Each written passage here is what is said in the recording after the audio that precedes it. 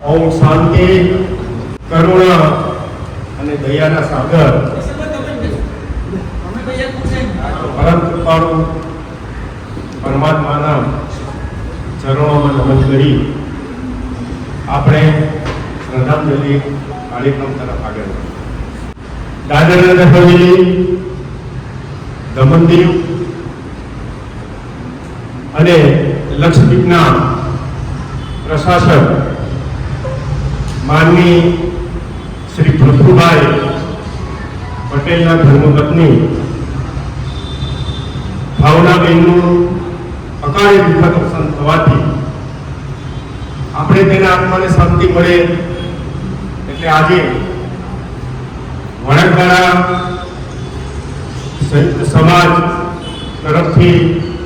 શ્રદ્ધાંજલિનો કાર્યક્રમ રાખવામાં આવેલો છે. તો અત્યારે ઉપસ્થિત બાળ સમાજના પ્રમુખ શ્રી, વણકવાડા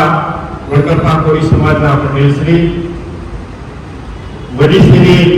કોળી સમાજના પટેલ શ્રી, વાડી સાઉદવાડી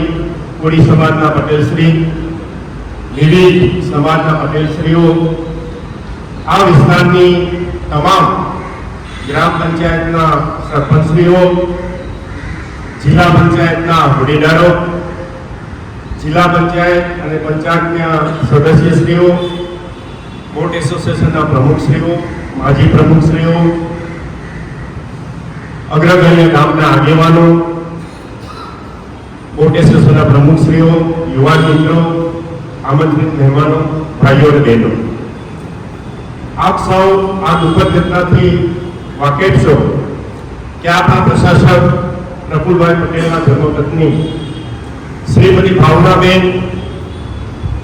એકાએક બીમાર થતા તેમને મુંબઈની કોકિલાબેન અંબાણી હોસ્પિટલની અંદર તાત્કાલિક સારવાર માટે ખસેડવામાં આવેલા,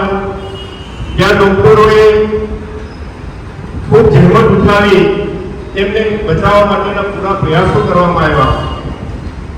પરંતુ ડોક્ટરોની કોઈ સારવાર કામયાબ ન થઈ અને ભગવાનને જે મંજૂર હશે એ પ્રમાણે બહુ ટૂંકી બીમારીમાં ભાવનાબેનનું દુઃખદ અવસાન. આ દુઃખદ અવસાનથી પ્રફુલભાઈ પટેલના પરિવાર ઉપર તો એક વ્રજઘાત પડ્યો, સાથે સાથે દાદરા અને હવેલી, દમણ દીવ, તેમના માદરા વતન હિંમતનગર તેમજ રાજકીય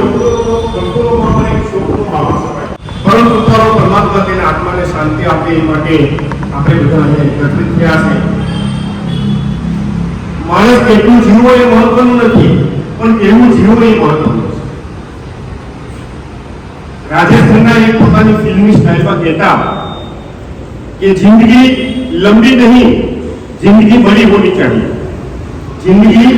लंबी नहीं, जिंदगी बड़ी होनी चाहिए. आ एक सेंटेंस में आखी जिंदगी सार આવી જન્મ એ મૃત્યુ તો નિશ્ચિત છે,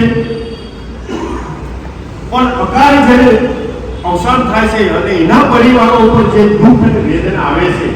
અને જે પરિવાર પોતાનું સ્વજન ગુમાવે છે એની જે વેદના છે એ તો એને જ ખબર પડે.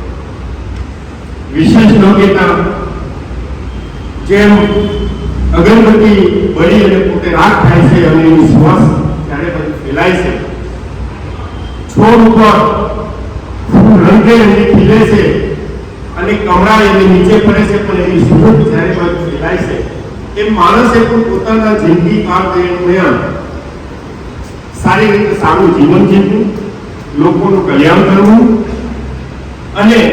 એક સારું જીવન જીવીને જાય અને આપણી પછાડે લોકો આપણને યાદ કરે એવા આપણે દરેક માનવે પ્રયત્નો કરવા જોઈએ. ફરીવાર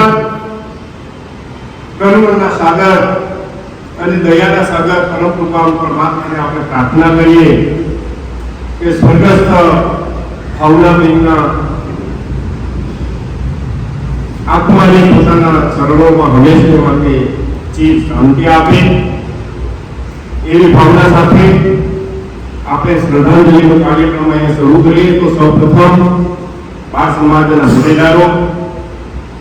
ત્રણેય સંયુક્ત સમાજના પટેલશ્રીઓ, સરપંચશ્રીઓ, જિલ્લા પંચાયતના સભ્યો અને હોદ્દેદારો, સંયુક્ત સમાજના માનદ મંત્રીશ્રી, દરેક સમાજના પટેલશ્રીઓ, આમંત્રિત મહેમાનો, ભાઈઓ અને બહેનો એક પછી એક લાઈનમાં આવી પુષ્પાર્પણ કરી આજે સ્વર્ગસ્થ ભાવનાબેન આત્માને હંમેશા માટે શાંતિ મળે એવી આપણે શ્રદ્ધાંજલિ આપીએ. આવો આપણે જરા સાથે મળીને શ્રદ્ધાંજલિ આપીએ. ભાઈઓ અને બહેનો પોતાની સ્થાન ઉપર શાંતિથી ઉભા રહે અને આપણે મૃત આત્માને શાંતિ મળે એટલે આપણે મૌન પાડીએ. દીવમાં વરાંગબરામાં પ્રશાસક પ્રફુલ્લ પટેલ સાહેબના પત્ની ભાવનાબેનનું અવસાન થતાં પવિત્ર આત્માને ચીર શાંતિ અર્પે તે માટે શ્રદ્ધાંજલિ અને પ્રાર્થના સભા યોજાઈ.